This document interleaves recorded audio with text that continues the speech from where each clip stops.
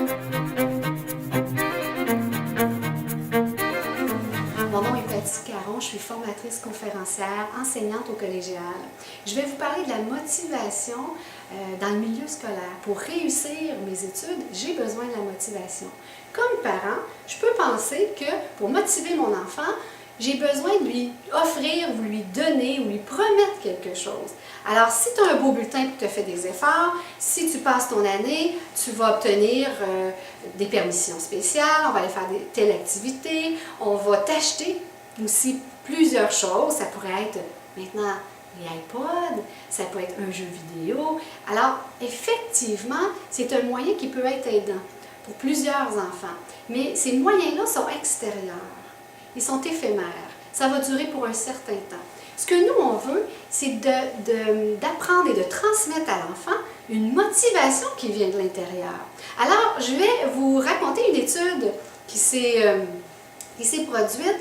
C'est l'histoire, en fait, de deux singes. Ils ont pris deux singes et ils voulaient voir quelles étaient leurs façons de se motiver, eux. Alors, ils ont installé deux cages. Dans chacune des cages, il y a un singe. Et devant eux, à peu près à 1 mètre d'eux, il y avait une planche. Ils mettent une planche avec une banane. Bien entendu, la banane, ça va être la motivation. Alors, ce qu'ils se sont rendus compte, c'est que les singes avaient une certaine communication. Parce que pour obtenir la banane, on devait tous les deux retirer, en fait, ils avaient un fil, une chaîne qui reliait la planche. Ils devaient tirer sur cette chaîne-là et supposons qu'il y en avait juste un qui tirait, ils ne pouvaient pas obtenir la banane. Donc, il fallait la collaboration des deux. Alors, la première fois qu'ils arrivent dans leur cage, commencent à retirer, à tirer la chaîne vers eux pour finalement rapprocher la banane. Et la banane est venue tellement près qu'ils ont été capables de la prendre.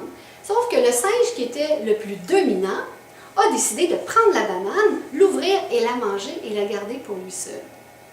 Alors, ils ont arrêté l'expérience à ce moment-ci. Ils ont repris l'expérience le lendemain avec les deux mêmes singes qui ont fait rentrer dans les cages avec la même planche et sur cette planche-là, la banane.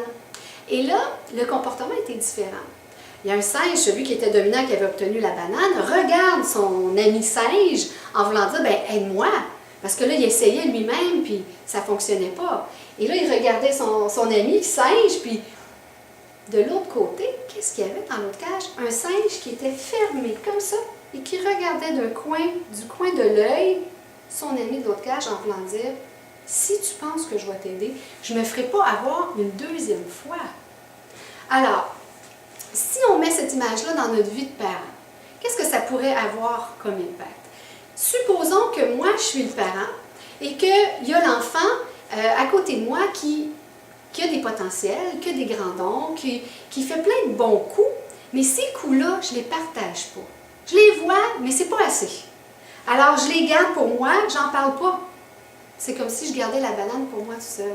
Après ça, par rapport aux devoirs et aux leçons, supposons, comment voulez-vous avoir la participation des enfants si vous gardez ces bons coups-là pour vous?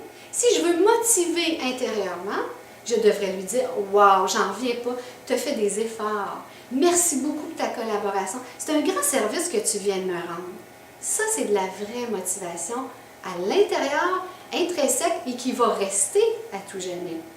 Alors, vous pouvez même écrire à votre enfant tout ce que vous voyez de bon de lui et lui donner.